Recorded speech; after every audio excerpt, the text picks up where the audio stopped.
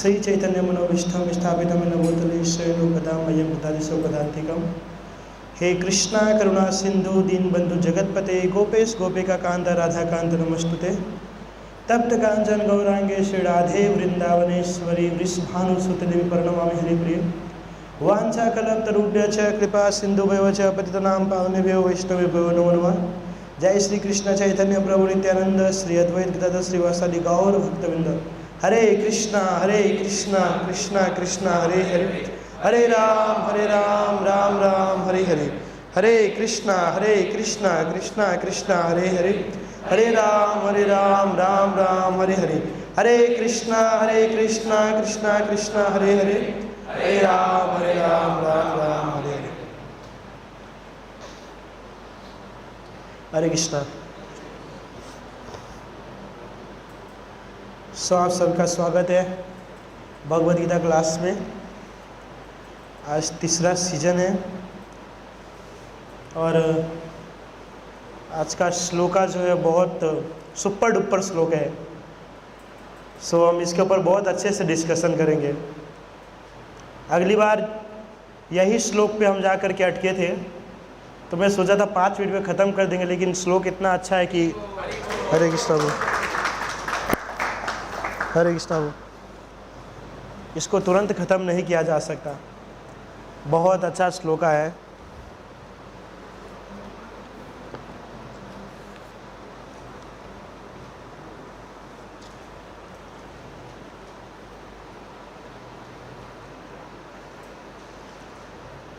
देखिए, इससे पहले के क्लास के अंदर में हम कुछ ये चीज़ सीखे थे जो अब थोड़ा बहुत सिर्फ देख लेंगे। गीता की प्रमुख विषय वस्तु, ओके। भगवान के 3 अवतार भी हम सीखे थे।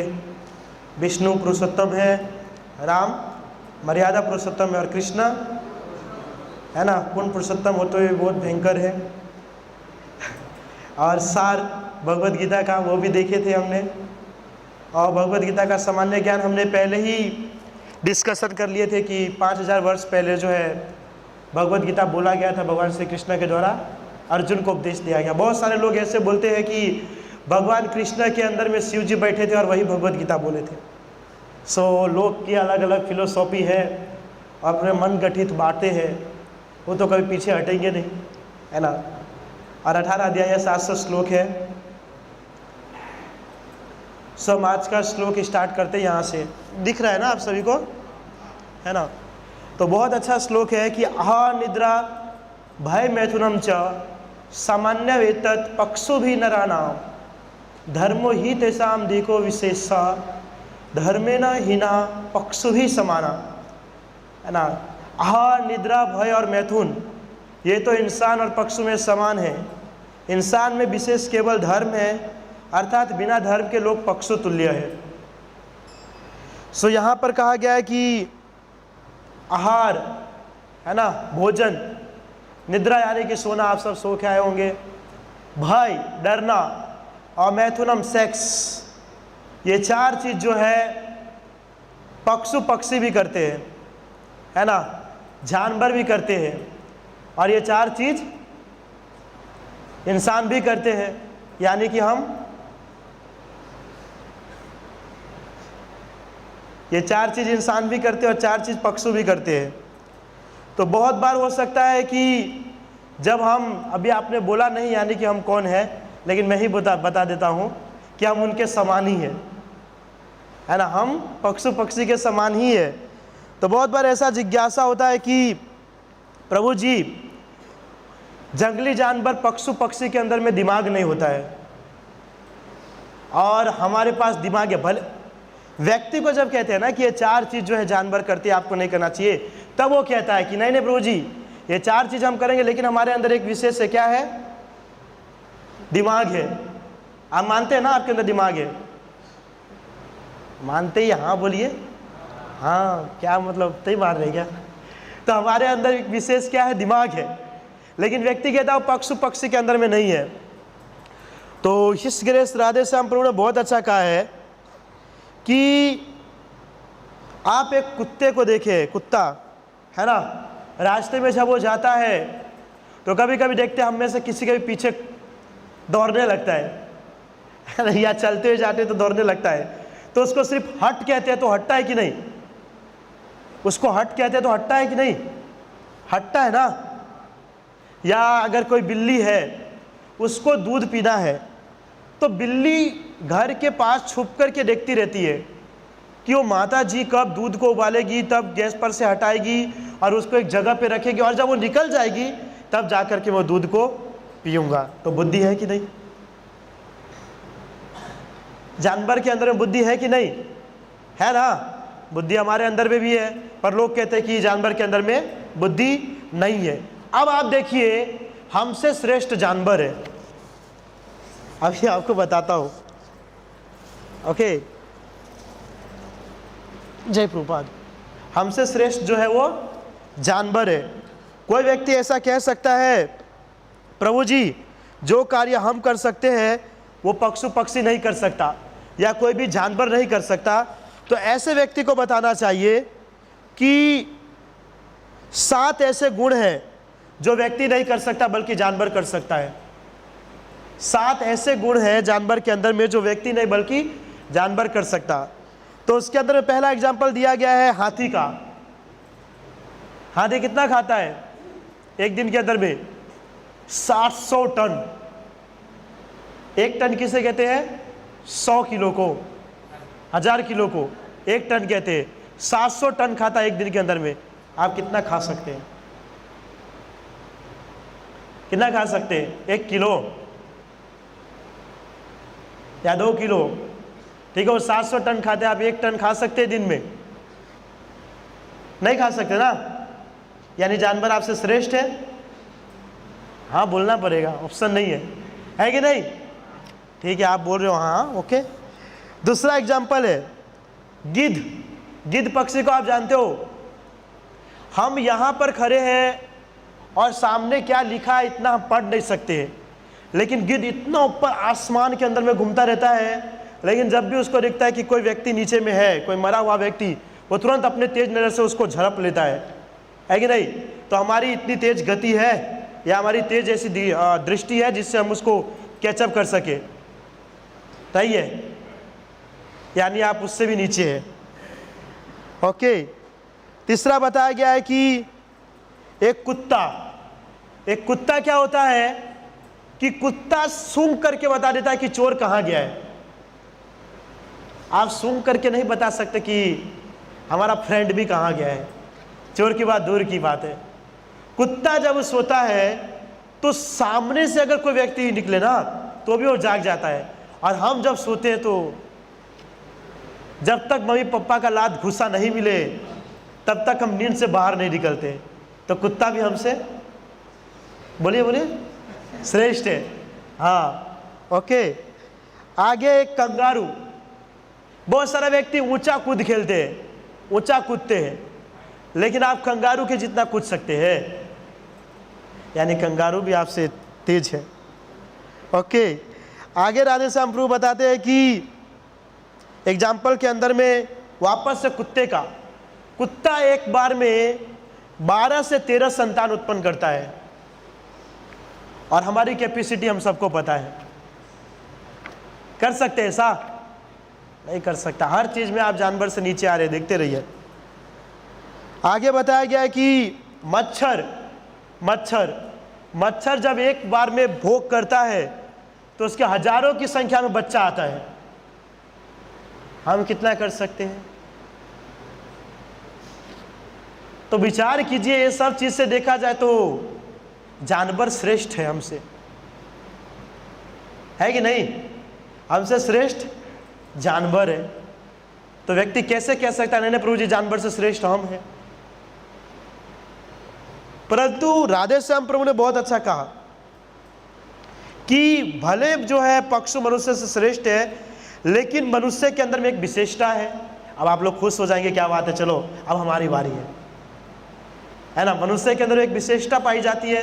वो कैसा है? तो बताया गया है कि कोई पशु पक्षी या जानवर होता है ना, वो गली के अंदर में गंदगी या नाली या कचरे को खाता है, लेकिन मनुष्य ताज होटल में जाएगा, ऐसी रूम के अंदर में बैठ करके वेटर इधर आओ, ऑर्डर देगा, ऑर्डर दे करके अच्छे अच्छे पनीर टिक्का, पनीर सब्जी जो भी है वो सब मंगा, तो इसमें आप उससे श्रेष्ठ है कि नहीं। दूसरा है निद्रा, सोने में। आप देखे होंगे कभी कभी सुबह वॉक पे जाते होंगे तो कुत्ता किसी गाड़ी के नीचे में, कभी कभी ओडी के ऊपर भी सोया रहता है, हमने देखा है ना। या कोई कोई रोड या सड़क पे भी सोया रहता है। लेकिन हम एकदम आलीशान बंगले के अंदर में, जहाँ पर ऐसी रूम हो, एकदम सॉफ्ट कंबल हो, बिस्तर हो, ओढ़ने के लिए मस्त ब्लैंकेट हो, ऐसी जगह पे सोते, तो इसमें भी आप श्रेष्ठ है कि नहीं। उसके आगे बताया गया है कि जो जंगली जानवर होते हैं वो 20 सड़क के ऊपर में सेक्स करता है, संभोग करता है, परंतु मनुष्य का बताया गया है कि वो गगनचुंबी भवनों के अंदर में जाता है, शानदार कक्ष के अंदर में, और वहाँ पे भोग विलास करता है कि नहीं। तो ये सब चीज़ को अगर देखा जाता है तो फिर से पक्षियों से श्रेष्ठ मनुष्य है। देखा जाए तो फिर पक्षियों से श्रेष्ठ मनुष्य है ना, और इससे पहले देखे तो हमसे श्रेष्ठ जानवर है। तो कौन से बात के ऊपर में बिलीव करना चाहिए, बताइए आप आंसर क्या देना चाहते हैं। नहीं, श्री कृष्ण तो है, लेकिन यहाँ पर बात किया गया है एक मनुष्य और एक जानवर में। सो पहले हमने जानवरों की विशेषता को देखे और हमारी विशेषता को देखे, दोनों में सर्वश्रेष्ठ कौन है, थोड़ा विचार करके बोलिएगा। दोनों समान है। नहीं नहीं, मनुष्य श्रेष्ठ है। मनुष्य वाले कौन कौन है, हाँ हैंड सब करे थोड़ा। अच्छा, क्या बात है, ठीक है। और जानवर में, जानवर के अंदर कौन कौन है, शर्माने की बात नहीं है, जानवर वाले ही सत्य व्यक्ति है ना। सो जिसने जानवर कहा है ना वो परफेक्ट है, क्योंकि जो मनुष्य का जो कहा ये 4 विशेषता गुण, तो 4 तो जानवर भी कर रहे हैं ना। भले आप भले ऊंचे वाले कक्ष के अंदर में सो रहे हो, वो भी तो सो ही रहा है, वो भी तो सो रहा है ना। आपको सोने में कोई प्रकार का तकलीफ नहीं होता है, जानवर को होता है। जानवर को तकलीफ होता है, अरे यार आज तो मैं ओडी के ऊपर सो गया, आज तो मैं जंगल में सो गया, आज यहाँ। उसको कोई तकलीफ होता है, नहीं होता है। आप भी बिंदास है, वो भी बिंदास है। भोजन करने में आप वहां पर खा रहे हो एकदम होटल के अंदर में, और ये कहीं भी चलते फिरते खा सकते हैं। व्यक्ति को अगर खाना खाना है तो महीने भर कमाएगा, पैकेट के अंदर पैसा भरेगा, पैसा को खर्चा करेगा, तब जा करके खाएगा। और हाथी कौन सा पैसा कमाने सूटकेस लेके जाता है। जो मनुष्य की 4 विशेषता जो बताया गया है, मैं उसको वापस से क्लियर कर रहा हूं। हमने सुन तो लिए, हम बहुत बड़े ताज होटल में जाकर के खाएंगे, लेकिन हाथी कौन सा 60 टन खाने के लिए नौकरी करने के लिए जाता है, कभी देखे है? तो फिर से जानवर श्रेष्ठ है। हाँ, भोग विलास के लिए कहते हैं तो व्यक्ति जो है घर के अलावा कोई जगह पे भोग विलास कर नहीं सकता है। जानवर की जब इच्छा हुई तब कर सकता है कि नहीं। तो फिर कौन श्रेष्ठ है, कौन श्रेष्ठ है बताइए। पक्षु पक्षी फिर भी नहीं मान रहे, बोले प्रभु जी हम श्रेष्ठ है ही, आप कुछ भी कहिए, भले नहीं है, हम मतलब हम सब श्रेष्ठ है, नहीं है ना, है। अभी बेचारे कंफ्यूज है, क्या बोलूं। 4 विशिष्ट गुण प्रभु जी ने इंसान का बताया, उसको भी वापस जानवर के साथ जोड़ दिए। मान तो 4 गुण मिला था, नहीं है। हम पक्षु से श्रेष्ठ नहीं है, क्योंकि जो 4 चीज जो बताया गया है गुण, वो जानवर के अंदर में पाया जाता है। मैंने जस्ट कहा आहार निद्रा भय मैथुनम च सामान्य एतत् पक्षु विनडाम, ये पक्षु के अंदर में भी होता है। लेकिन सबसे खुशी की बात यह है कि पक्षु के अंदर में एक चीज नहीं होता है। वो क्या नहीं होता है? धर्म। क्या होता है? धर्म। पक्षु धर्म नहीं कर सकता है, चाहे उसके पास लाखों गुण हो, कितना भी दिमाग हो, लेकिन वो धर्म नहीं कर सकता है। धर्म कौन कर सकता है? हम सब धर्म कर सकते हैं, यानी कि अब आप पक्षु से ऊपर है। लेकिन कहा गया है धर्म में नहीं ना पक्षु भी समाना, कि अगर धर्म नहीं करते तो फिर वापस पक्षु बन जाते हैं। तो आज ही मुझे किसी यूथ ने सुबह में क्वेश्चन किया था कि प्रभु जी धर्म और कर्म के अंदर में क्या अर्थ है? तो मैंने उनको बताया था कि धर्म का अर्थ होता है जो भगवान श्री कृष्ण ने कहा, जो भगवान श्री कृष्ण ने कहा है भगवत गीता के अनुसार, वो हमारा धर्म है ना। तो कोई जो कृष्ण भक्त है, वो अगर कृष्ण के द्वारा बताया गया धर्म को फॉलो करता है तो उसको कर्म नहीं कहा जाता है। समझ रहे हैं थोड़ा? मतलब जो कृष्ण ने जो बताया है वो धर्म है, और जो कृष्ण नहीं बताते वो अधर्म है। तो क्या होता है कि जो कृष्ण की बातों को मान करके अपने जीवन में फॉलो करता है वो कर्म नहीं करता है, लेकिन कृष्ण की बात को छोड़ करके अगर कोई कुछ करता है तो वो कर्म करता है। कृष्ण के बात को जो फॉलो नहीं करता है और अपने हिसाब से एक्टिविटी करता है, वो व्यक्ति जो है कर्म करता है। तो वो व्यक्ति प्रकृति के गुण के अंदर फंस करके 84 लाख योनि में भटकता है। लेकिन जो कृष्ण की बात को डायरेक्ट फॉलो करता है वो व्यक्ति नहीं फंसता, क्योंकि उसको कर्म बंधन लगता ही नहीं है। कर्म बंधन लगता ही नहीं, क्योंकि वो तो कार्य कृष्ण के द्वारा जो कहा गया वही कर रहा है ना, वो अपने हिसाब से नहीं कर रहा है। तो वो व्यक्ति कर्म बंधन में नहीं फंसता है। तो पक्षु के अंदर में क्या होता है? धर्म करने की क्षमता नहीं है। मैं बार बार एग्जांपल देता हूं, पक्षु अगर इच्छा भी करे तो भी जो है वो धर्म नहीं कर सकता है ना। बिल्ली सोचेगा ठंडी का मौसम है, रोड पे बहुत सारे लोग सोए हुए हैं, चलो सबको एक एक कंबल बांट के आ जाता हूं, तो पॉसिबल नहीं है।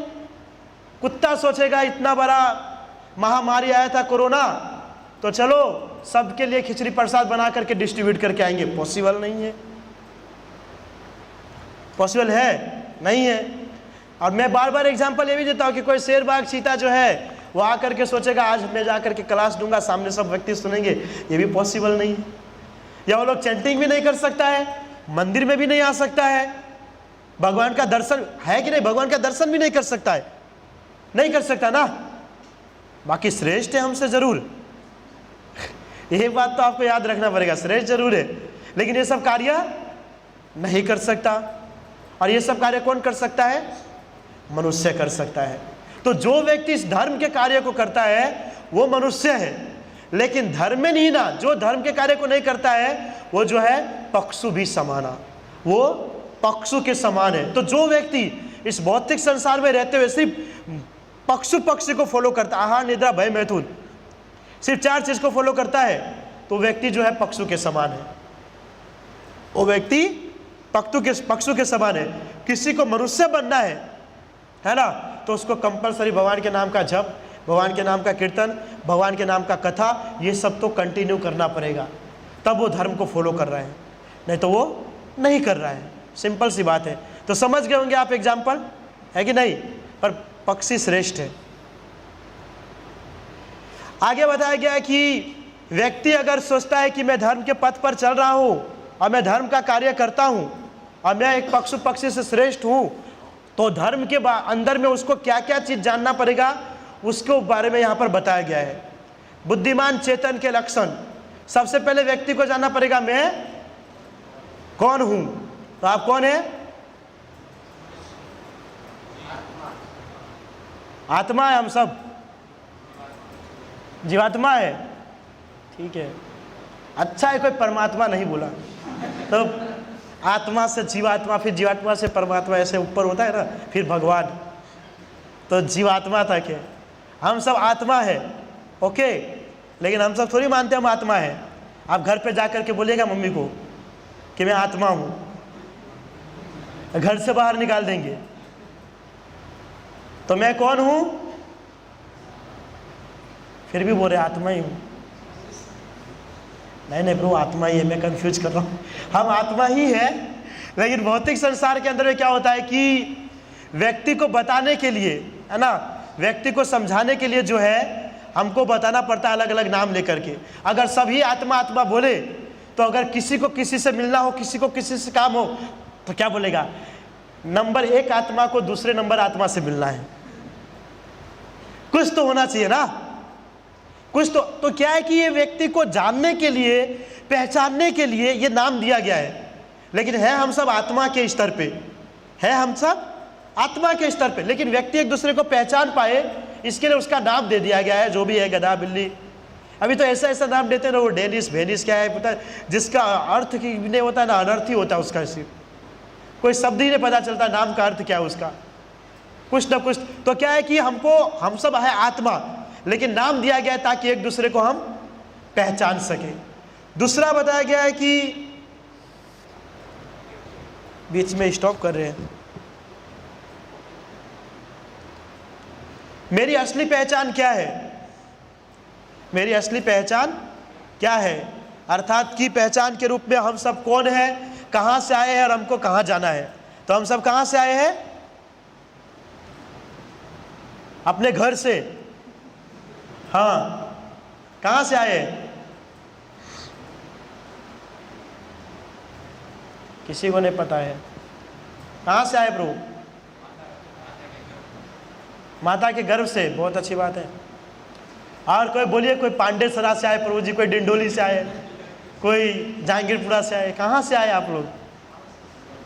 हाउसिंग से? तो हाउसिंग बोले, कहाँ से आए?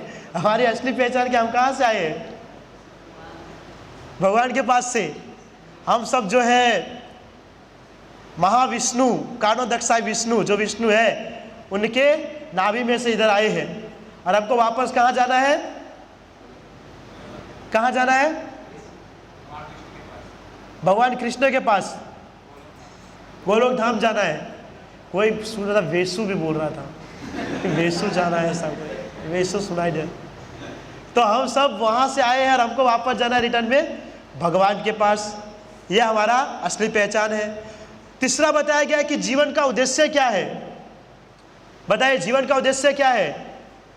प्रभु जी, पैसा कमा करके मुकेश अंबानी बनना, बताइए, कि राजा बनना, राजा चित्रकेतु के जैसा 1 करोड़ रानी होनी चाहिए और दास दासी होनी चाहिए?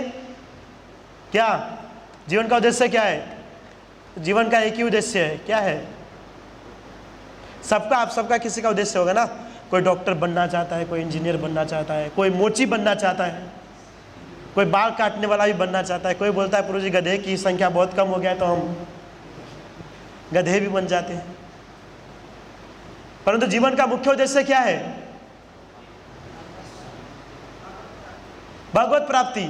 बहुत अच्छा बताए, जीवन का मुख्य उद्देश्य है भगवत प्राप्ति, भगवान को प्राप्त करना, भगवान के प्रेम को प्राप्त करना। ये सब लक्षण पता है किसके हैं? जो बुद्धिमान चेतन वाले हैं, जो बुद्धिमान है। तो जो आंसर दे रहे हैं ना बुद्धिमान है, और जो नहीं दे रहे हैं वो भी बुद्धिमान है। और चौथा बताया गया कि दुख क्या है और उसके कारण, इस संसार के अंदर दुख क्या है। कि अच्छा, किसी के पास आंसर है इसका? सब व्यक्ति दुखी है। मुझे पता है कोई सुखी नहीं है, मैं भी दुखी हूँ, इसलिए तो सब दुखी है। उसका कारण क्या है? हाँ, इच्छा। किसने कहा इच्छा? अच्छा, इच्छा, सही बात है। वासना, लस्ट, और शरीर को अपना मानते इसके लिए, और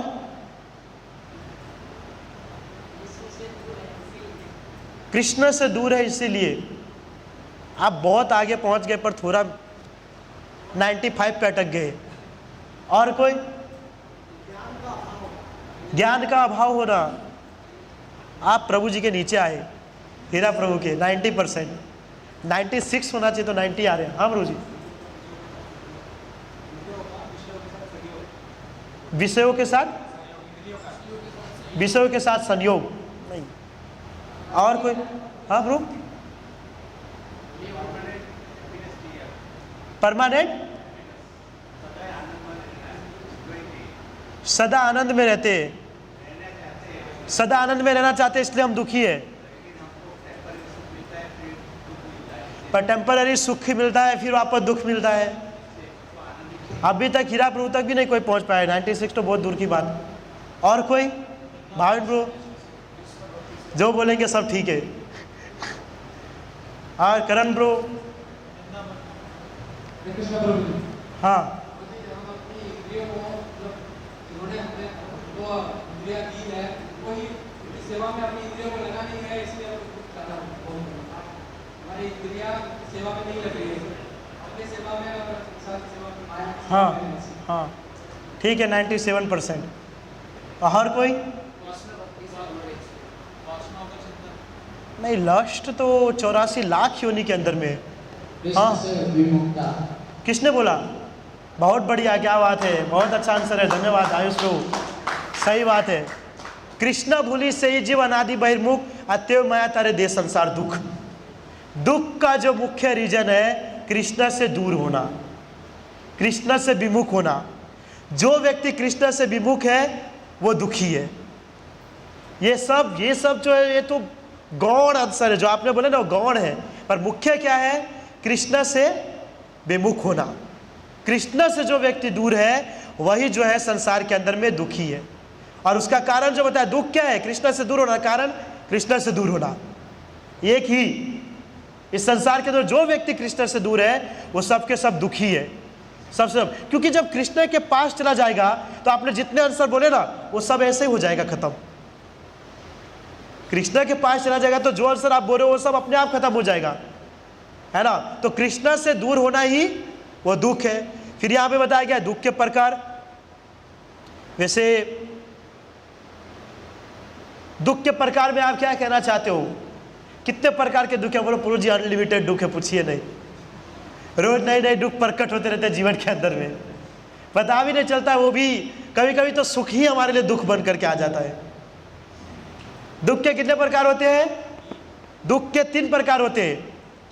आदि दैविक, अगर आगे शायद आ सकता है, आदि दैविक, आदि भौतिक, आदि आध्यात्मिक। कौन सा? आदि दैविक, आदि भौतिक और आदि आध्यात्मिक। ये 3 प्रकार का दुख होता है।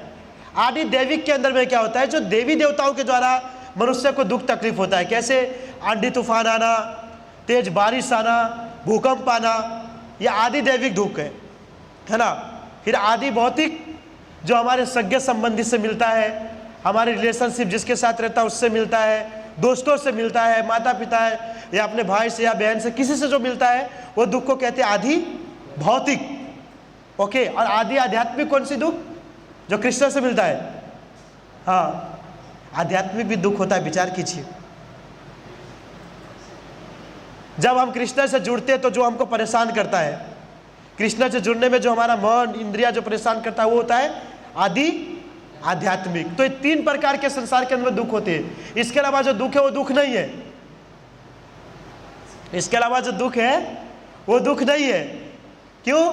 क्योंकि उस दुख को हमने निर्मित किए हैं, वो हमारे द्वारा बनाया गया है ना। वो हमारे द्वारा बनाया गया है, कृष्ण के नहीं। और जब दुखी होते बोलते हैं भगवान हमने आपके लिए कितना कुछ किया, रोज एकादशी को आपके लिए फूल लेकर के आता हूं, वो भी गुलाब का।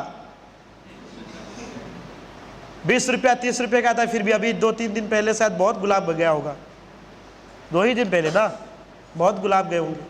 मैंने एक प्रभु जी से पूछा था, प्रभु जी बहुत गुलाब लेके आए थे, तो बोला प्रभु जी गुलाब लेकर के आए क्या? मतलब मुझे तो पता ही था वैसे 14 तारीख है, तो मैं पूछा प्रभु जी गुलाब लेकर के आए हैं? तो बोला भगवान को ऑफर करने के लिए। 6-7 गुलाब था। तो बोला प्रभु जी ऑफर?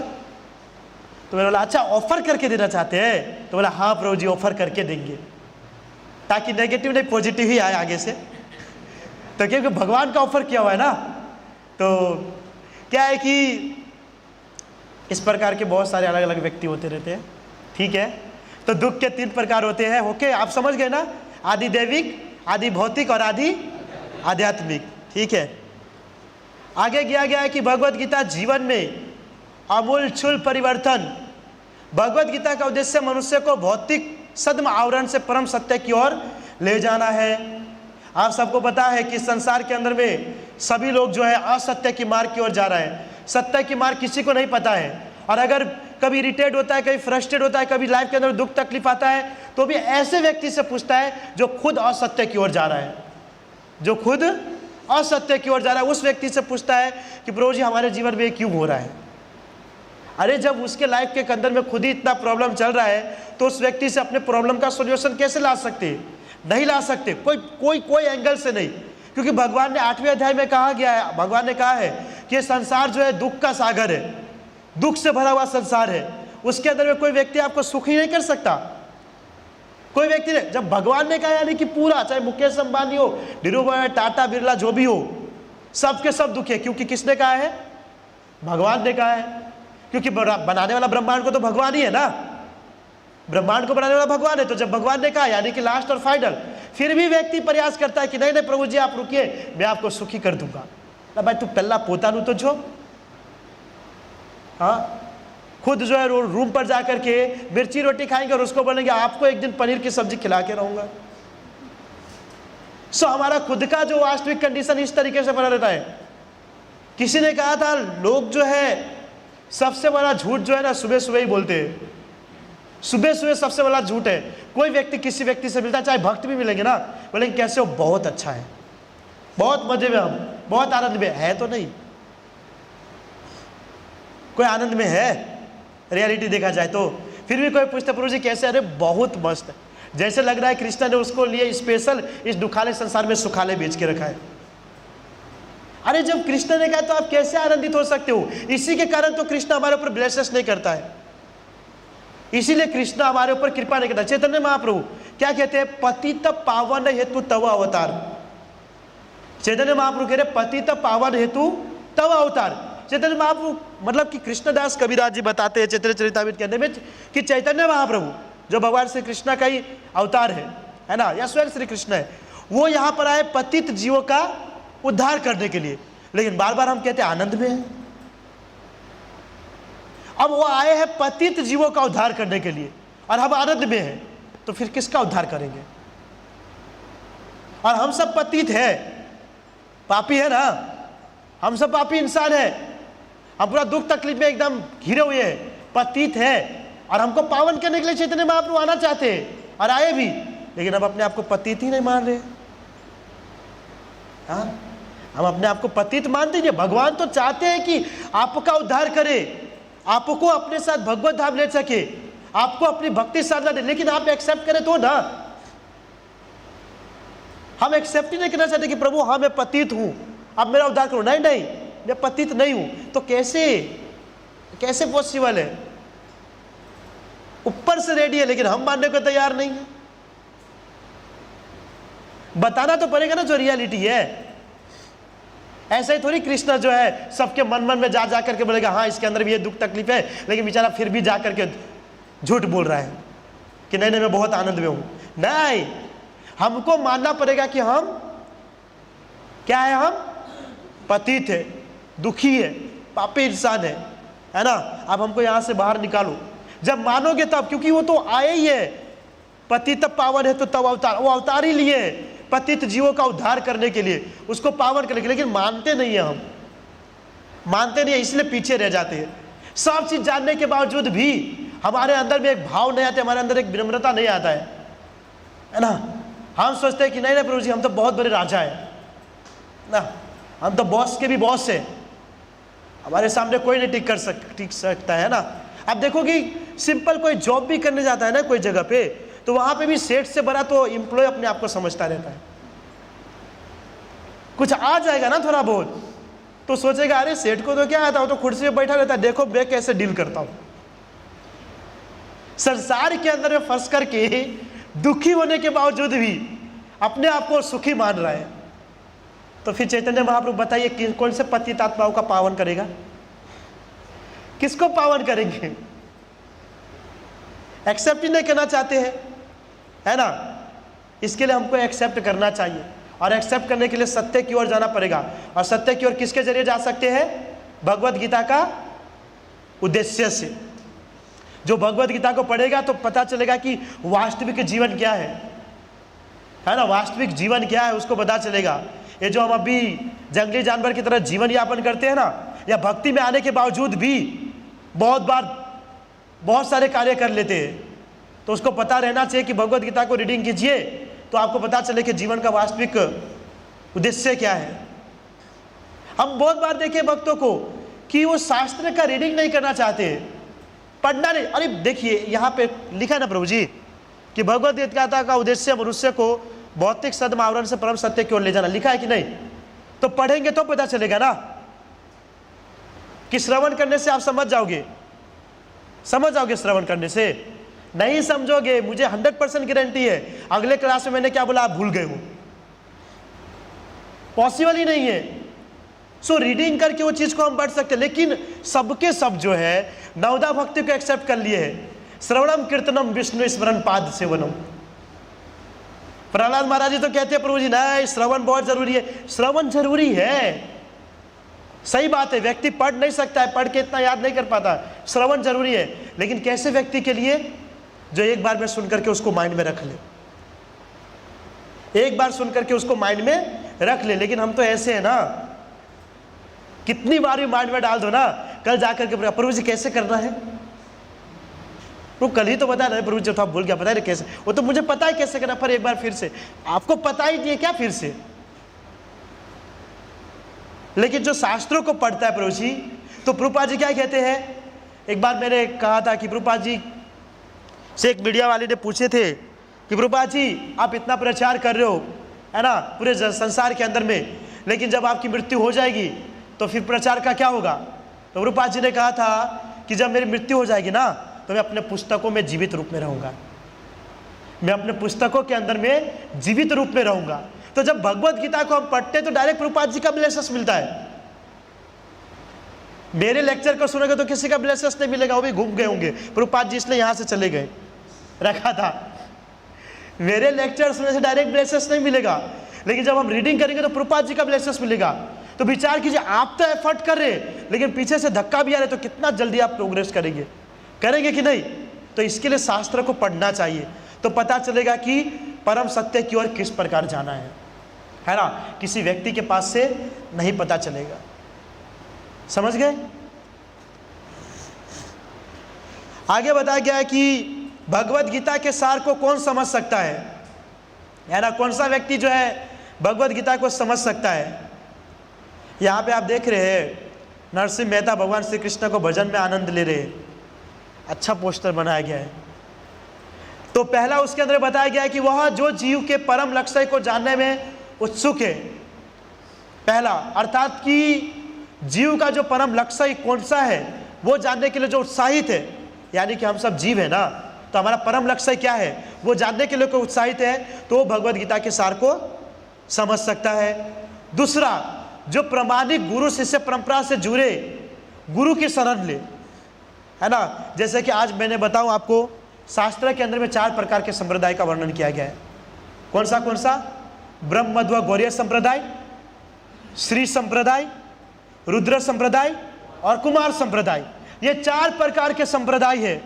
इसके अलावा कोई प्रकार का संप्रदाय नहीं है, इसके अलावा और कोई प्रकार का संप्रदाय नहीं है। लेकिन संसार के अंदर में हर दिन एक नया संप्रदाय उत्पन्न हो रहा है, हर दिन एक नया संप्रदाय बन रहा है। मुझे तो कभी कभी पता नहीं चलता निकलता कहां से, और एक ही दिन में 1 मिलियन फॉलोअर्स भी हो जा रहे हैं, जिनका शास्त्र के अंदर में उल्लेख भी नहीं है इसी संप्रदाय का, और जो बेचारा संप्रदाय के हिसाब से चल रहा है उसका कोई मिलियन ही नहीं दिखता है। और ऐसा जिसका संप्रदाय है ना नामो निशान है, उसके लाखों लाखों करोड़ों करोड़ मिलियन हो जाते। व्यक्ति पता है प्रभु जी एक रियलिटी है, अभी क्या कर रहा है व्यक्ति, वो देखता है कि इस संसार के अंदर में कौन सा गुरु बहुत अच्छा प्रवचन कर रहा है, कौन सा गुरु सबसे बड़ा प्रवचन कर रहा है, भले वो संप्रदाय में हो या ना हो, लेकिन वो गुरु के फॉलोअर्स बहुत ज्यादा है, बहुत आगे बढ़ रहे, बहुत अच्छा क्लास दे रहे, तो हम उसके पास जाते हैं और उसके पास से दीक्षा लेकर के आ जाते हैं। लेटेस्ट में गुरु जी है, मैं नाम नहीं लूंगा, वृंदावन धाम, मैं नाम नहीं लूंगा, परंतु क्या है कि हमको हर चीज को समझना चाहिए, हर चीज को जानना चाहिए। हम ऐसा नहीं कहते कि किसी का क्लास या किसी का लेक्चर गलत है, परंतु आप जिस संप्रदाय में है उस संप्रदाय के बारे में आपको ज्ञान होना चाहिए। हम देखते बहुत सारे व्यक्ति संप्रदाय में रहने के बावजूद भी ऐसे गुरु से अट्रैक्ट हो जाते हैं जो ज्ञान में परिपूर्ण है, तो उनके पास से उस संप्रदाय में है, उस संप्रदाय को छोड़ करके वहां जुड़ जाते हैं। मैं इस हिसाब से बोल रहा हूं कि संप्रदाय को जोड़ के, अब ऐसा थोड़ी है कल अगर मैं बहुत बड़ा वक्ता बन गया तो आप सब मेरे संप्रदाय में आ जाओगे, मैं बोलूंगा राजा मध्व संप्रदाय, आइए हमारे संप्रदाय से जुड़िए। नहीं, कोई व्यक्ति कितना भी आगे, हमको उसको ज्ञान को फॉलो करना है, ठीक है, उसका बहुत अच्छा ज्ञान है, उस ज्ञान को फॉलो करना है, समझना है कि क्या बताना चाह रहे हैं क्या नहीं, उसको जीवन में उतारना है। परंतु जिस संप्रदाय में है ना, उसी संप्रदाय से हमको जुड़े रहना है, उसी संप्रदाय से। मैं आपको लिख के दूं, लिख के क्या, पद्म पुराण को आप देख लीजिए, कहा गया कि 4 संप्रदाय जो मैंने बताया, उस संप्रदाय के अलावा कोई व्यक्ति कहीं पे भी जुड़ता है, कोई भी संप्रदाय से दीक्षा लेता है, वो भगवत धाम नहीं जा सकता है, वो व्यक्ति भगवत धाम नहीं जा सकता है। और सबसे बड़े, बहुत बड़े संप्रदाय है, बहुत सारे ऐसे, लेकिन शास्त्र के अंदर में ओनली फॉर 4 संप्रदाय का ही वर्णन है। मैं कैमरा स्टार्ट है ना, तो आप लोग समझ जाइए। तो क्या है कि जो 4 संप्रदाय के अंदर में यहाँ पे बताया गया, वो भी गुरु शिष्य परंपरा। अभी जो नया संप्रदाय बन रहा है ना, उससे पूछिएगा आपका गुरु शिष्य परंपरा बताइए प्रभु जी। 2 से 3 परंपरा होगा लगता है, ज्यादा से ज्यादा 2 भी नहीं। मैं तो बहुत बार देख रहा हूं, उसका गुरु और उसका शिष्य बस, और फॉलोवर्स, गुरु शिष्य और फॉलोवर्स, और कुछ नहीं।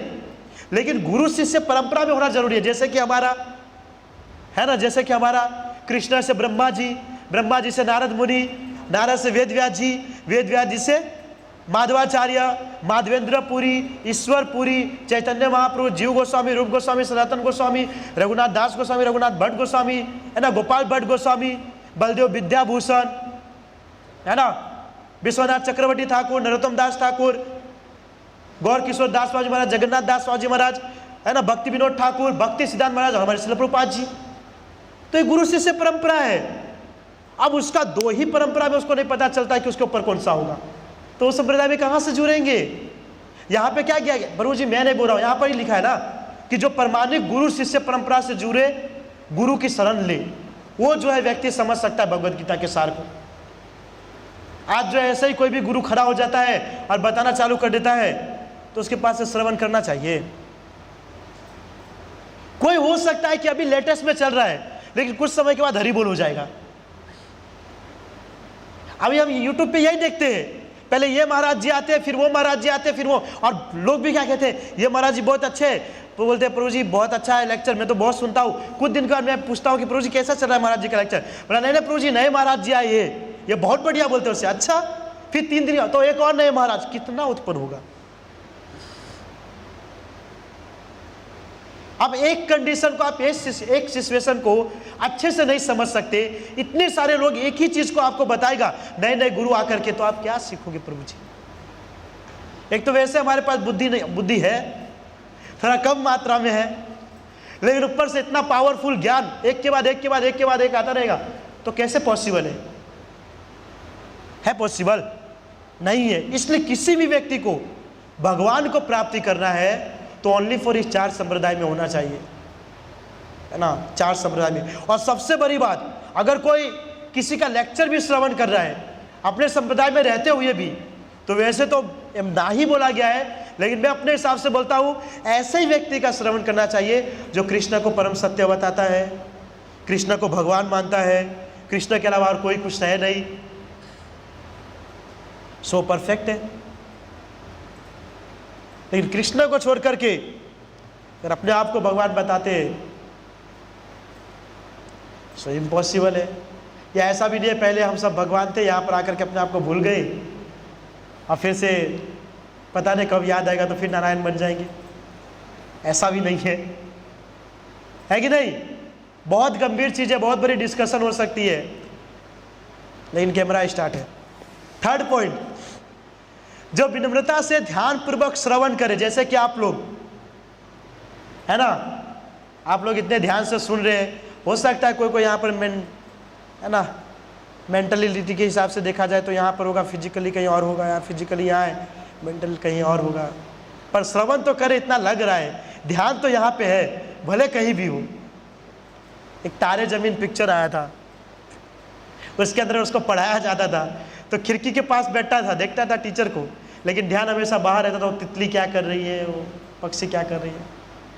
तो कहा गया जो व्यक्ति विनम्रता से ध्यानपूर्वक श्रवण करता है वो भगवत गीता के सार को समझ सकता है। मैं देखा है बहुत बार व्यक्ति जो है ना, हम जब क्लास लेते हैं, समझाते हैं, तो बहुत बार ये लोग एकदम, हम में से कुछ लोग ऐसे हो जाते एकदम ऐसे। आप क्यों नहीं समझ पा रहे, मुझे ये समझ नहीं आ रहा है। क्यों इंटरेस्ट नहीं आता है? तो वो फालतू का मूवी 3 घंटे का जब दिखाया जाता पर्दे पे, आंख नहीं झपकती है। मुझे तो गोपी ने कहा था, गोपी ने ब्रह्मा जी को, कि तुमने मेरा कैसा शरीर दिया कि बार बार आंख झपकना पड़ता है, कृष्ण को हम नहीं देख पाते। और मुझे लगता है कलयुग के इंसान ऐसे बोलेंगे कि कैसा शरीर दिया, आंख झपकना पड़ता है, मूवी का थोड़ा सीन कट हो जाता है। हम वो इतना फालतू चीज है जिसका कोई मतलब नहीं है, कोई चीज का मतलब, कोई ज्ञान हो, फालतू के वो लोग भी, बनाने वाला भी, और फालतू के वो इंसान भी उसको देख करके ओ हो। अभी रिलीज हुआ था सनम तेरी कसम करके, मैं एक बार रील्स स्क्रॉल करा था, उसके अंदर में देखा था 4-5 लोग तो हार्ट अटैक आ गया था, लग रहा था देख करके। तो इससे तो कैसे आ जाता हार्ट अटैक? अब तक कृष्ण का नाम लेने में, कृष्ण की भक्ति साधना में अष्ट विकार नहीं आया, कुछ भाव प्रेम नहीं आया। और वो सिर्फ पर्दे के ऊपर में जो कुछ पैसे कमाने के लिए वो एक्टर्स या जो हीरोइन होती है अपने जीवन का, अपने शरीर का व्यापार करते हैं, उस व्यक्ति को देख करके हम एकदम बाप रे बाप, कितना प्रेम उसके अंदर में उद्भव है। हाँ? जो एकदम बोरिंग चीज है उससे कोई ऐसा नहीं करेगा, ओ प्रभु जी, ओ प्रभु जी, हाँ बहुत कब खत्म हो, अरे नहीं, एकदम ओ हाँ प्रभु जी, ओ क्या बात है, प्रेम बनाया, कितना एकदम एक्साइटेड। आज जब यहाँ पर इतना अच्छा भगवत गीता का दिखाया जाता है तो प्रभु जी क्या रे पुरुष से 3 घंटे की मूवी कितना भी बकवास हो ना, अगर मैं पूछ लूँ ना, आप 1-1 सेकंड बता दोगे। अब भी मैं बैठा हूँ क्लास में, अब भी पूछूं इससे पहले क्या किया ना, आप सबको पता है। हाँ हो सकता है आहार निद्रा भय मैथुन बोल दे, वो लंबा टॉपिक था, उसके अलावा कुछ नहीं। ये रियलिटी है, ये रियलिटी है। जो चीज़ से हमको कुछ नहीं मिलता है ना, उसकी ओर हम बहुत अट्रैक्ट होते हैं, और जो चीज़ से मिलने वाला रहता है उससे हम अट्रैक्ट नहीं होते हैं, इसीलिए यहाँ पर भटक रहे हैं। तो कहा गया कि जो विनम्रता पूर्वक ध्यान पूर्वक श्रवण करता है वो व्यक्ति भगवत गीता के सार को समझ सकता है। लेकिन क्या श्रवण करता है? भगवान की कथा, वो मूवी का सॉन्ग नहीं तो कोई जाएगा कि विनम्रता पूर्वक वो ध्यान से सुनेगा, अब बोलेगा प्रभु जी हम भगवत गीता के सार को समझ लीजिए। क्या है? बस उसको प्रपोज करना, हमको प्रपोज करना, हरि बोल, हो गया नहीं। ओके। और लास्ट पॉइंट है, जो भगवान का भक्त हो, जो भगवान का शुद्ध भक्त होता है, वो भी भगवत गीता के सार को समझ सकता है। ठीक है। आगे बताया गया कि भगवत गीता का ज्ञान किससे ग्रहण करना चाहिए। देखिए उसमें भी सबसे पहला आ रहा है, मैंने बता रहा हूं, आज लगता है प्रभुपाद जी ये चीज चाहते हैं। फिर से आए कि जो गुरु एक प्रमाणिक गुरु शिष्य परंपरा से आता है, जो गुरु शिष्य परंपरा के अंदर में आते हैं, उससे ही भगवत गीता का ज्ञान ग्रहण करना चाहिए, यानी कि 4 संप्रदाय और किसी से नहीं। तो इसके ऊपर लंबा डिस्कशन कर लिया, आगे देखते हैं। जो गुरु भगवान और शास्त्रों के संदेश को यथारूप प्रस्तुत करे। आज बहुत सारे संसार के अंदर में ऐसे व्यक्ति है या ऐसे गुरु है जो भगवत गीता या कोई अन्य शास्त्र को अपने फिलोसॉफी के अनुसार बताते हैं कि इसके अंदर में कृष्ण ने ये कहा है, लेकिन मेरा मत है ऐसा नहीं, ऐसा होना चाहिए। भाई साहब, आपको किसने कहा अपना मत लिखने के लिए? कहीं बताया कि आप अपना मत दीजिए। अरे बहुत बार लोगों को मैंने देखा, प्रभुपाद जी का पुस्तक पढ़ते हैं ना, तो बोलते प्रभु जी इसके अंदर में ऐसा नहीं होना चाहिए। तो आप लिख दीजिए भगवत गीता, एक काम कीजिए, आप लिख दीजिए, श्लोक है, आप अपना मत लिख दीजिए उसके अंदर में, तात्पर्य बाय ABCD जो भी है, लिख दीजिए अपना मत। शास्त्रों को जो यथारूप से, जो परंपरा वाइज चलते आ रहे, जो भगवान श्री कृष्ण ने कहा उसी रूप से जो प्रस्तुत करता है ना, ऐसे व्यक्ति के पास ही ज्ञान ग्रहण करना चाहिए। मैं आपको सच्ची बताऊं, जो व्यक्ति अपने मत के हिसाब से, अपने इच्छा के अनुसार से, अपने भाषण के द्वारा कोई अगर गीता के ऊपर प्रवचन देता है, कोई चीज को समझाता है, वो ज्ञान ना उसको मिलेगा ना वो आपको मिलेगा, और दोनों लास्ट में नरक में जाना पड़ेगा दोनों व्यक्ति को। चाहे भले फिर वहां पर जाओगे, प्रभु जी हम तो अपने गुरु से भगवत गीता का ज्ञान सुने थे, तो बोलेगा तुम्हारा गुरु भी यही है, देखो कोने में। फिर क्या करेंगे? हाँ, फिर क्या करेंगे? बोले एक मौका दीजिए, फिर से नीचे जाता हूं। नाला भाई नहीं, वो नहीं है। मनुष्य जीवन एक ही बार मिले हैं, तो ऐसे गुरु के पास शास्त्र के संदेश को समझना चाहिए, जो है ना परंपरा वाइज और जो शास्त्र में लिखा गया उसके हिसाब से बताए। आज व्यक्ति पता है प्रभु जी, कथा करते बहुत सारे, बहुत बड़े बड़े कथाकार है, वो लोग क्या करते हैं कि लोगों की जीवन के बात को बताते हैं, है ना। एग्जाम्पल लेते हो, किरण प्रभु बैठे धोती कुर्ता में, अब वो बताएंगे कि उनके लाइफ के अंदर वो बहुत प्रॉब्लम होता है, घर के अंदर में एक दूसरे के साथ लड़ाई झगड़ा होता है, बीबी के जो माँ उसकी मम्मी के साथ नहीं जमता है या उसके भाई के साथ नहीं जमता है, घर के अंदर में इधर लड़ाई होता है उधर पीटी होता है, ये चीज़ का प्रॉब्लम होता है, दुख तकलीफ इतना होता है, पैसा नहीं कमाते, पैसा की, अरे ये तो कोई भी जानता है, ये तो कोई भी जानता है ना।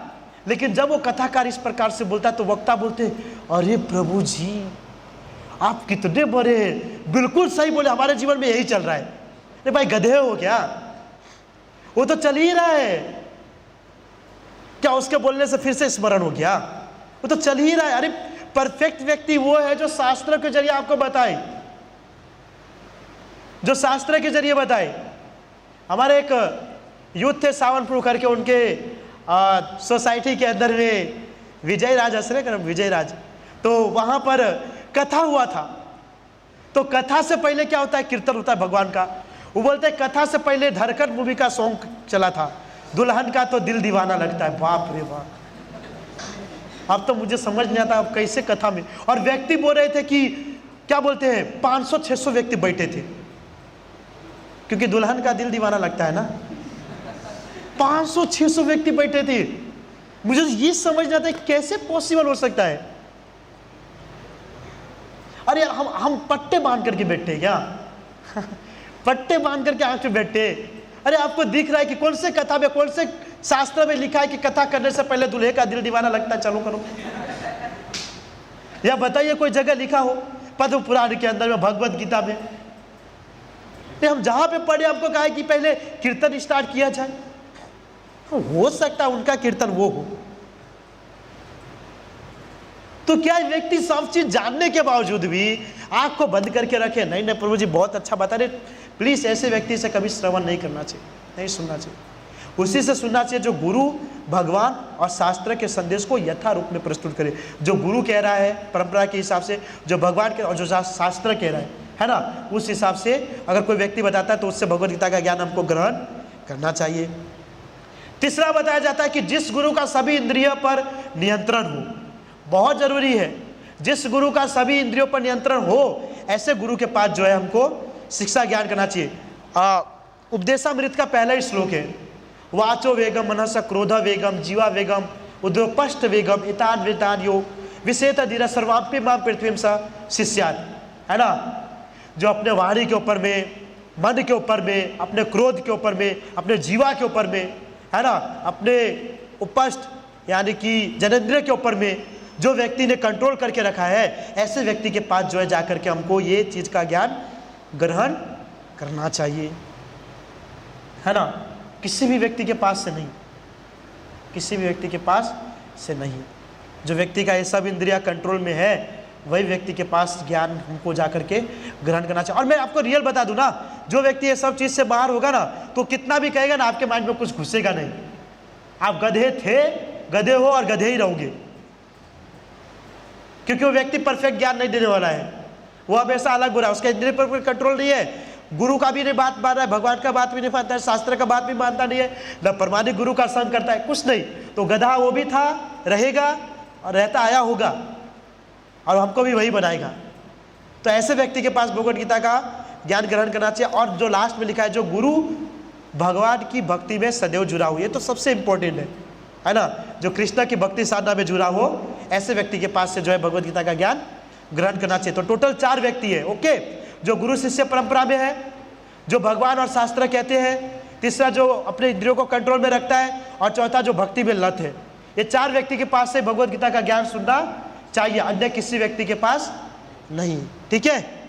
कहीं कहीं किसी व्यक्ति का जिज्ञासा होता, प्रभु जी भगवान ने अर्जुन को भगवद गीता का ज्ञान दे दिया, क्या आप डायरेक्ट मुझे नहीं दे सकते थे? तो इतना लफड़ा नहीं होता ना। लेकिन क्या हम उसके योग्य नहीं है ना, हम उसके योग्य नहीं है। चैतन्य महाप्रभु पतितों को पावन करने के लिए, अरे आप अपने आप को पतित नहीं मान रहे हो, तो भगवद गीता का ज्ञान कहाँ से देंगे आपको? इम्पॉसिबल है। और भी आगे बताया गया है, सेम टॉपिक है कि भगवत गीता का किससे ग्रहण करें। आगे बताया गया है कि जो भगवत गीता कोई मनगढ़ंत घटना नहीं है बल्कि वास्तविक सत्य है। कोई व्यक्ति कहता है कि भगवत गीता जो है मन से बनाया हुआ चीज़ नहीं है बल्कि ये सत्य है, ऐसे व्यक्ति से हमको ग्रहण करना चाहिए। मैंने जस्ट एग्जांपल दिया, कोई व्यक्ति ने कहा कि कृष्ण के अंदर शिव जी बैठ करके भगवत गीता बोल रहे थे और अर्जुन श्रवण कर रहे थे। तो भाई ये किसी मन से बना हुआ चीज़ नहीं है। शिव जी इतने फ्री नहीं है कि वो कैलाश पर्वत को छोड़ करके यहाँ पर आकर के उनके अंदर में बैठेंगे। अब ठीक है, एक एग्जाम्पल है, शिव जी को अगर ज्ञान देना होगा तो डायरेक्ट नहीं दे सकते थे। कृष्ण के अंदर में क्यों बैठे, खाली जगह अंदर, पूरा ब्रह्मांड भरा हुआ है यार उनके अंदर में, इतने सारे सब चीज भरा पड़ा है। हाँ, हम सब उनके अंदर में, और उसमें भी शिव जी के लिए एक स्पेशल जगह बनाए ताकि बैठ करके आप ज्ञान दीजिए। देना हो तो डायरेक्ट दे सकते ना शिव जी। व्यक्ति की प्रभु जी जो फिलोसॉफी है ना, बाप रे बाप, हाई लेवल है। कभी कभी हम सुनते हैं ना तो एकदम शौक में हो जाते हैं। वो बीच में मुझे किसी यूथ ने रील्स भेजे थे, भावनगर के साइड में, कहा था मैं ही कल की अवतार आने वाला हूँ, और उसने कहा था मैंने ही लक्ष्मण को कहा था आप ये करो त्रेता युग के अंदर में, और द्वापर में मैं ही जो है, और दिख रहा था बड़ा पाँव जैसा, पेट इतना बड़ा, पता नहीं वो कल की भगवान कैसे बनेगा। कल की भगवान जो है 16 वर्ष की आयु के ऊपर कभी जाते नहीं है, एकदम सुंदर दिखते, वो बड़ा पाँव जैसा दिख रहा है, और बोलता है आगे जाके मैं कल, घोर कलयुग चल रहा है मैं कल की भगवान बनूंगा। और मीडिया वाले उसका वो ले रहे वीडियो और अपलोड करें। मैं रहता ना तो क्या बोले, देखते कि कल की भगवान का थोड़ा बताइए तो, आप द्वापर युग में त्रेता युग में आप थे ना, थोड़ा बताइए तो क्या क्या हुआ था। आगे गया कि भगवत गीता के ज्ञान को बिना मिलावट के यथारूप समझना चाहिए। मैंने जैसे कहा कि जो शास्त्र कहता है उसी के हिसाब से हमको ज्ञान को समझना चाहिए। आगे बताया कि भगवत गीता को भक्ति भाव से ही नहीं परिप्रेक्ष्य में समझ जा सकता है ना। भगवत गीता के ज्ञान को सिर्फ भक्ति भाव से ही नहीं, भक्ति भाव से ही सही परिप्रेक्ष्य में समझ जा सकता है। मतलब कि जो व्यक्ति भक्ति साधना करता है ना, जो पूर्ण रूप से कृष्ण को शरणागत है, वही व्यक्ति जो है भगवत गीता को अच्छे से समझ सकता है। बाकी बाहर के लोग वो उसको नहीं समझ सकता है। तो ये भी है कि भक्ति में आने के बाद ही व्यक्ति को भगवत गीता समझना चाहिए। या जो व्यक्ति जो है, कभी कभी ऐसा भी होता है कि भक्ति में नहीं है लेकिन भगवत गीता को पढ़ता है तो भी वो भगवत गीता को समझ लेता है। लेकिन यहाँ का जो दृष्टांत दिया गया है ना, इसका मतलब मैं ये समझता हूँ कि जो अन्य भगवत गीता है, जो किसी अन्य ने लिखा है भगवत गीता, उस व्यक्ति को क्या करना चाहिए, अगर अन्य जैसे गीता प्रेस है या किसी दादा नाना मामा मामी जो भी लिखे है ना, बहुत सारे ऐसे लिखे हैं, तो उस लोगों का गीता को पढ़ने से पहले कृष्ण का भक्त होना चाहिए ताकि आपको पता चले वो परफेक्ट है कि नहीं। बाकी प्रभुपाद जी का गीता ऐसा है कि जो अभक्त या भक्त हो पढ़ेगा तो उसके अंदर भक्ति ही मिलेगा, क्योंकि पहले अध्याय से भक्ति भक्ति लास्ट सुधी भक्ति छे, ध से उत्पन्न हुआ है ना, और लास्ट का जो श्लोक है म से खत्म होता है ना। और यहाँ पे धर्म क्षेत्र कुरुक्षेत्र, तो यहाँ से धर्म लिया जाए और लास्ट का श्लोक जो है 18वें अध्याय का एकदम लास्ट वो म लिया जाए तो पूरा में धर्म ही धर्म है भगवत गीता के अंदर में। तो क्या है कि भगवत गीता के अंदर में पहले अध्याय से लेकर के लास्ट अध्याय तक जो है भगवान के भक्ति योग के बारे में ही बताया गया। भले हम यहाँ पर बताते हैं कि 7वें अध्याय से लेकर 12वें अध्याय तक में जो है भक्ति योग है, लेकिन पहले अध्याय से लास्ट अध्याय तक ही भक्ति योग है। मैं सच्ची कहूँ, प्रभुपाद जी का भगवत गीता को कोई व्यक्ति पढ़ता है ना, 2-3 पन्ना पढ़ने के बाद ही उसको इफेक्ट पता चल जाएगा। लेकिन जो किसी मामा दादा या किसी का पढ़ते हैं ना, तो कितना ही पढ़ ले कुछ मिलने वाला नहीं है, क्योंकि उसके अंदर व्यक्ति अपना विचारधारा लिखता है ना, वो अपना टीका लिखता है, तो उससे कुछ फर्क नहीं पड़ेगा। और प्रभुपाद जी के भगवत गीता के अंदर में स्वयं प्रभुपाद जी है, स्वयं प्रभुपाद जी, तो ब्लेसेस तो मिलता ही है कि नहीं। तो क्या कहा गया है कि जो भक्ति भाव से जो अंदर में आ चुका है, भक्ति साधना करता है, उस व्यक्ति को है सही परिपक्ष में जो है भगवत गीता को समझना चाहिए। आगे किया गया है कि भगवत गीता के ज्ञान को वास्तविक जीवन में सम्मिलित करना चाहिए। भगवत गीता को सिर्फ सुनना नहीं चाहिए। मैंने कहा था शुरुआत की क्लास में, भगवत गीता हमारे जीवन का क्या है, मेन्यू है ना, हमारे जीवन का मेन्यू है। वहां पर लिखा गया है कि इसलिए भगवत गीता को वास्तविक जीवन में सम्मिलित करना चाहिए, है ना। ठीक है, अध्याय 1 चालू हो चुका है, नहीं हुआ, हरि बोल।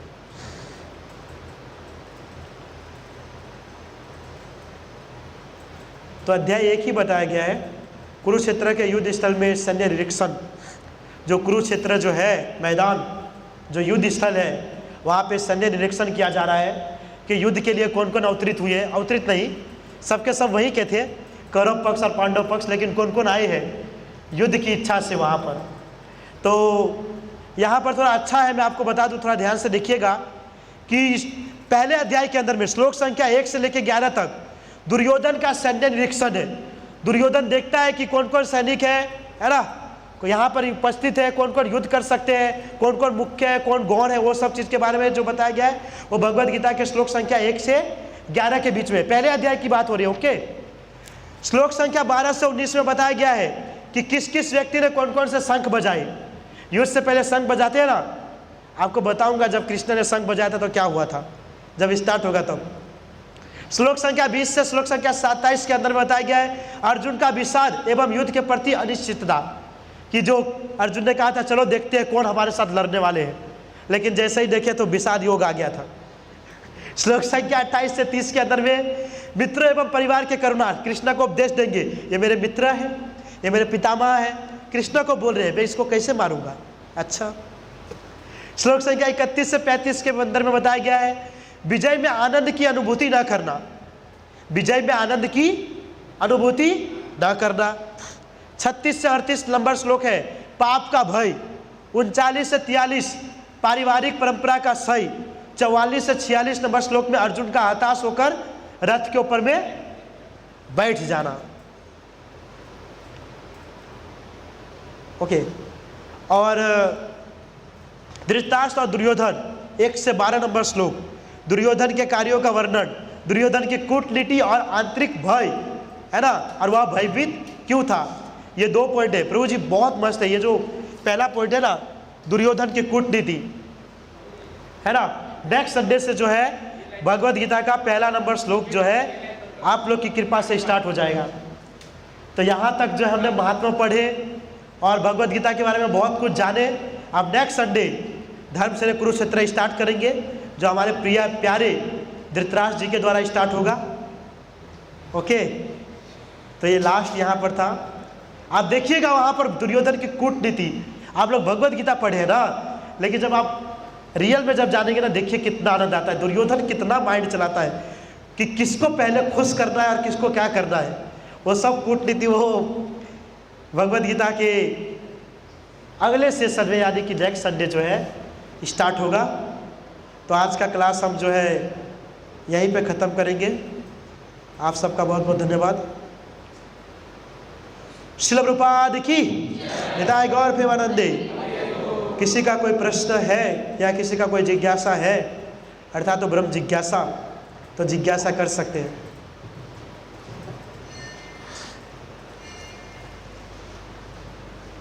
किसी का कोई प्रश्न है तो प्रश्न पूछ सकते हैं, नहीं तो हम क्लास यहाँ पर। अच्छा, तो एक एक करके थोड़ा। अहंकार बहुत बड़ा प्रॉब्लम है प्रभु जी, लेकिन मैं आपको बता दूं ना, हमारा 2 प्रकार का शरीर है, एक स्थूल शरीर है और एक सूक्ष्म शरीर है। तो स्थूल शरीर जो है हाथ कान नाक मुंह जीवा से बना हुआ है। और कोई व्यक्ति कहेगा कि प्रभु जी मैं स्थूल शरीर को कैसे नष्ट कर सकता हूँ, तो उसको हाथ को त्याग करना पड़ेगा, हाथ को त्याग करना पड़ेगा, या पैर का त्याग करना पड़ेगा। उसी प्रकार जो सूक्ष्म शरीर है वो मन बुद्धि और अहंकार से बना हुआ है, तो उसको नष्ट नहीं किया जा सकता है। उसको नष्ट तो किया नहीं जा सकता है, लेकिन उसको जो है व्यक्ति को जो दर्शाते हैं हम अपना अहंकार, उसको खत्म किया जा सकता है। वो किस प्रकार, अपने अंदर में जो है विनम्रता का भाव लेकर के, है ना। सभी व्यक्ति को अलग अलग तरह से अहंकार आता है। जैसे कोई व्यक्ति किसी फील्ड के अंदर में आगे है तो सोचेगा कि मैं ये कार्य कर सकता हूँ, ये नहीं कर सकता।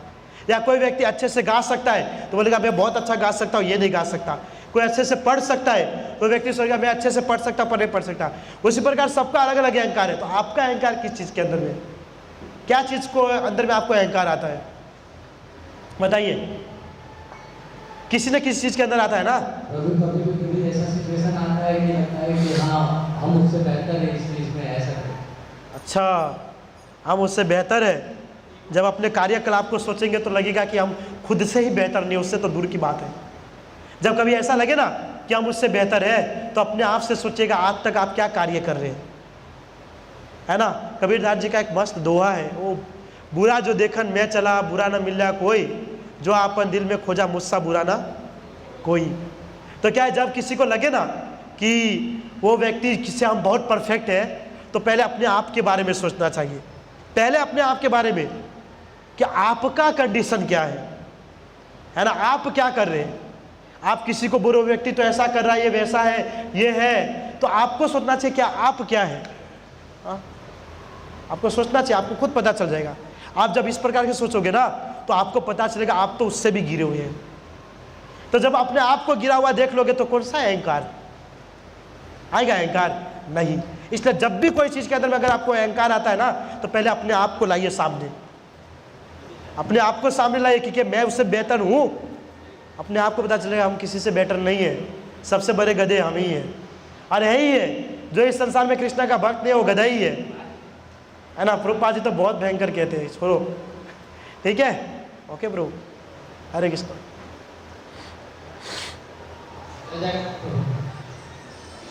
आपने पहले बताया कि जो पशु है मनुष्य से श्रेष्ठ है, तो पशु पाप और पुण्य का क्या भागीदार होता है जैसा मनुष्य का पाप और पुण्य का? जी नहीं प्रभु, पशु पक्षी को पाप और पुण्य का भागीदार नहीं होना पड़ता है, क्योंकि उसके द्वारा ये चीज़ निर्मित ही भगवान के द्वारा किया गया है कि शेर जो है मांस खाएगा, गाय जो है घास खाएगा, बिल्ली को ये कार्य करना है, गधा को ये कार्य करना है, तो ये भगवान के द्वारा निर्मित है। तो वो पाप का भाग्य आपको बताओ प्रभु जी, इसके अंदर में तो बताया श्रेष्ठ है पशु, लेकिन मैं सबसे बड़ी बात बताऊं ना, पशु इसलिए भी सबसे श्रेष्ठ है कि भगवान ने जो चीज़ उसको बनाया ना, जो चीज़ लिखा है ना उसके बारे में, उसको फॉलो करता है। गाय को अगर आप मांस दोगे तो नहीं खाएगा, शेर को अगर घास दोगे तो नहीं खाएगा। इंसान ऐसा व्यक्ति है ना, मांस दोगे तो भी खा लेगा और घास देगा तो भी खा लेगा। इसके लिए मनुष्य को पाप और पुण्य में भरना पड़ता है। लेकिन वो क्यों जाएगा? वो तो भगवान के रूल्स को फॉलो कर रहा है, वो तो फॉलो कर रहा है, तो उसको कोई पाप पुण्य नहीं लगता, इसलिए इंसान को लगता है। लेकिन इंसान भी भगवान के द्वारा बताया गया नियम को फॉलो करे ना प्रभु जी, तो उसको भी पाप और पुण्य का भागीदारी नहीं बनना पड़ेगा, है ना। इसलिए पशु पक्षी को इसमें इन्वॉल्व नहीं होना पड़ता। ठीक है प्रभु जी। हरे कृष्ण प्रभु जी, आपने गुरु और शिष्य परंपरा की बात की, जिज्ञासा होती है, प्रश्न खुद होते और खुद ही उत्तर देना होता है। इस बार उस उत्तर फलन जैसे कि मैं अपने गुरु और परंपरा अपने माता पिता दादा हो गए, तो दादा से मतलब कि मेरे पिता हुए, इस बात का मुझे गौरव है। और मेरे पिता मेरे साथ साथ है, इसलिए वो मेरी सारी इच्छाएं पूरी वो करते हैं, तो मैं उनको व्यस्त जुड़ा। जैसे कि कृष्ण परम मतलब कि उसने संध्या कभी सिखाया, तो फिर जो हमारी प्रत्यक्ष जो हमारी इच्छा है वो मेरे माता पिता पूरी करते हैं। तो ऐसे दूसरे भगवान, जैसे पहले कृष्ण ने बोला कि जैसे आपने पहली बार बोला था कि कंपनी निर्मित होती है, उसमें अलग अलग सबके काम होते हैं, जैसे सबके अलग अलग काम भगवान ने सौंपे हैं। तो जैसे कि गणेश का काम हो गया, हमें कभी पूजा शुरुआत करनी चाहिए, पहले गणेश को पूजना चाहिए। इसलिए भगवान ने हमें पहले वो नहीं करना चाहिए कि पहले वही विधि और फिर बाद में आगे बढ़कर काम, जैसे कि पहले उसके बाद और ऐसा करना ही पड़ता है, तो सीधा भगवान प्राप्ति हो सकती है। प्रभु वैसे है तो भगवान की प्राप्ति तो प्रभु जी डायरेक्ट आप चैंटिंग, फेस्टिंग और डांसिंग करके भी कर सकते हैं। जैसे हमारे प्रभुपाद जी कहते हैं कि भगवान के नाम का जप कीजिए, भगवान का पेट भर के प्रसाद खाइए और भगवान के नाम का कीर्तन कीजिए, and you go to Golok Dham. सब 3 चीज़ करके भी हम जा सकते हैं। लेकिन जो शिव का भक्त होता है वो स्पेशल है, वो स्पेशल है क्योंकि शिव जी का ब्लेसेस होता है, फिर कृष्ण को प्रेम को प्राप्त करता है। बाकी ये 3 कार्य करके भी हम जो है भगवान को प्राप्त कर सकते हैं। ऐसा जरूरी नहीं है कि इसके बाद क्योंकि गणेश जी भी है, वो भी वैष्णव परिवार से ही है। शिव जी वैष्णव नाम यथा शंभु, तो उनके परिवार से ही है। तो जब उनके पिता का ही पूजा पाठ करेंगे तो बच्चा नहीं कहेगा कि तुम मेरा भी करो, पिताजी का कल्याण ही इनफ है। समझ गए प्रभु? ओके। गौर भक्त क्या होता है? क्या प्रभु जी? गौर भक्त क्या? गौर भक्त क्या होता है? गौर भक्त यानी गौर चैतन्य महाप्रभु ना, गौड़ गौड़, अच्छा गौड़ और मुख्य, गौड़ गौड़ गौड़ भक्त। हाँ तो वही तो बोला चैतन्य महाप्रभु के भक्त, गौर भक्त यानी चैतन्य महाप्रभु के भक्त, जो चैतन्य महाप्रभु के भक्त है। जैसे कि मैं आपको बताऊं प्रभु जी, बहुत मस्त लीला है, थोड़ा जाते हैं चैतन्य चरितामृत के अंदर में।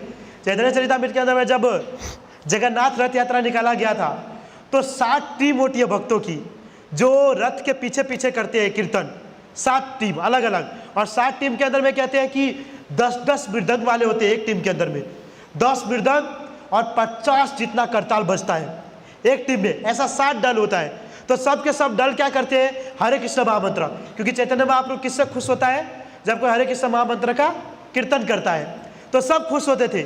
लेकिन एक उसके अंदर में ऐसा टीम था जो है चैतन्य महाप्रभु के नाम का लेके कीर्तन कर रहे थे, है ना, गौर हरि गौर हरि गौर हरि करके।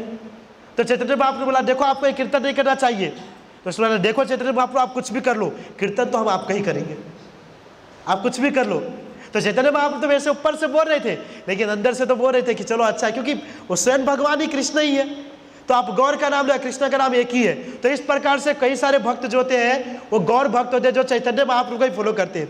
और इस्कॉन के अंदर में ज़्यादातर गुरु और गौरांग, गुरु को और चैतन्य महाप्रभु को ही फॉलो करते हैं। तो वैसे देखा जाए तो हम सब भी गौर भक्ति है, क्योंकि ब्रह्म मध्व गौरीय संप्रदाय है ना। तो गौर भक्ति है, चैतन्य महाप्रभु के ही भक्त है इनडायरेक्टली कृष्ण के, है ना। ठीक है,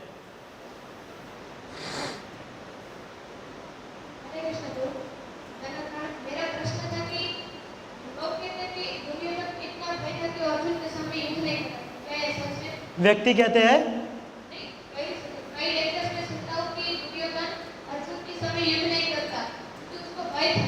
हाँ जो अगर युद्ध करेगा तो जल्दी बच जाएगा। हाँ, अगर वो बोल रहे कि सच नहीं है तो देखिए प्रभु जी, भय तो उसको तो पहले से ही था, ऐसा नहीं है। लेकिन वो अभय क्यों था, क्यों? क्योंकि उसके पास कर्ण थे, भीष्म पितामह थे, इच्छा मृत्यु वाले, और ऐसे बहुत बड़े बड़े राजा थे जिसके बारे में हम सुनेंगे। लेकिन भय तो था ही। आप देखोगे जब भी युद्ध होता था, युद्ध क्या, हम भगवद गीता पहला अध्याय पढ़ेंगे, पहले दूसरे को भेजता था फिर पीछे से जाता था, है ना। तो भय तो था, लेकिन अभय इसलिए था क्योंकि मेरे इतने बड़े बड़े, इसलिए तो बोला ये कूटनीति जो है ना, अगले संडे देखिए कितना मजा आएगा इसके बारे में। तो ये उसके अंदर में आपका आंसर मिल जाएगा, ऐसा है। ठीक है, हरे कृष्णा। हमें कैसे पता चलेगा कि गुरु के इंद्रियों पर कंट्रोल है? ये भी बात सही है। तो हम सुनते हैं आपको कैसे पता चलेगा इंद्रियों पर कंट्रोल है? देखिए प्रभु जी, इसके लिए क्या होता है कि आपको गुरु का संग करना पड़ता है। ओके, गुरु का संग करोगे जितना, आपको पता चल जाएगा गुरु के। और वैसे भी जो आप एक बात याद, और आपको लग रहा है कि मैं भक्ति में प्रोग्रेस कर रहा हूँ, तो ऑटोमेटिक समझना चाहिए कि वो उसके इंद्रियों के ऊपर में कंट्रोल है। और अगर ऐसा गुरु जिसके इंद्रियों के ऊपर कंट्रोल नहीं होगा, आप भक्ति साधना करोगे तो आप प्रोग्रेस नहीं कर पाओगे। बाकी कोई व्यक्ति, प्रश्न अच्छा है, लेकिन मैंने जैसे कहा कि संग करना, तो मेरे हिसाब से वो भी मेरा गलत आंसर है। क्योंकि अगर अब ये तो इनडायरेक्टली तो गुरु के ऊपर ऐसा, मतलब कि बोले कि गुरु हमारे साथ क्यों घूम रहे, तो हम देखना चाहते हैं आप अपने इंद्रियों के ऊपर कंट्रोल करते कि नहीं तो ऐसा नहीं है। भक्ति के अंदर में अगर हम प्रोग्रेस कर रहे हैं, है ना, और हम गुरु का लेक्चर को भी सुनते हैं, श्रवण भी करते हैं, तो उससे हमारे अंदर में भाव आता है, प्रेम आता है। जैसे कि मेरे गुरु महाराज जी है हिज होलीनेस गोपाल कृष्ण गोस्वामी महाराज जी, लेकिन राधा गोविंद महाराज जी का लेक्चर सुनने में बहुत आनंद आता है। तो क्या है कि जब हम इस प्रकार से महाराज जी के लेक्चर को सुनते हैं, है ना, उसका दर्शन करते हैं, तो उससे पता चल जाता है। बाकी किसी भी ऐसे गुरु का दर्शन कर लोगे जो कल ही धोती कुर्ता पहन करके आया, तो वो भाव नहीं आएगा, वो प्रेम नहीं आएगा। तो क्या इसके जरिए भी जो है हम गुरु को जांच कर सकते हैं। ठीक है ब्रो, ओके। आप सभी का स्वागत है संजय भगवद गीता क्लास में। तो जी ने बहुत अच्छी तरह भगवद गीता का उद्देश्य हमको समझा रहे हैं, और अपने आने वाले समय में भी बहुत मजे आएंगे जब गीता प्रॉपर क्लास चालू होगा। तो जो नहीं आए उसके लिए हम हरे कृष्ण महामंत्र से स्वागत करते हैं। कृष्णा कृष्णा कृष्णा कृष्णा हरे हरे, हरे राम राम राम हरे हरे, हरे कृष्णा कृष्णा कृष्णा हरे हरे, हरे राम राम राम हरे हरे। कृष्णा कृष्णा कृष्णा हरे हरे हरे राम राम राम हरे। और राजा प्रभु का भी हम विशेष से कृष्णा कृष्णा कृष्णा हरे हरे हरे राम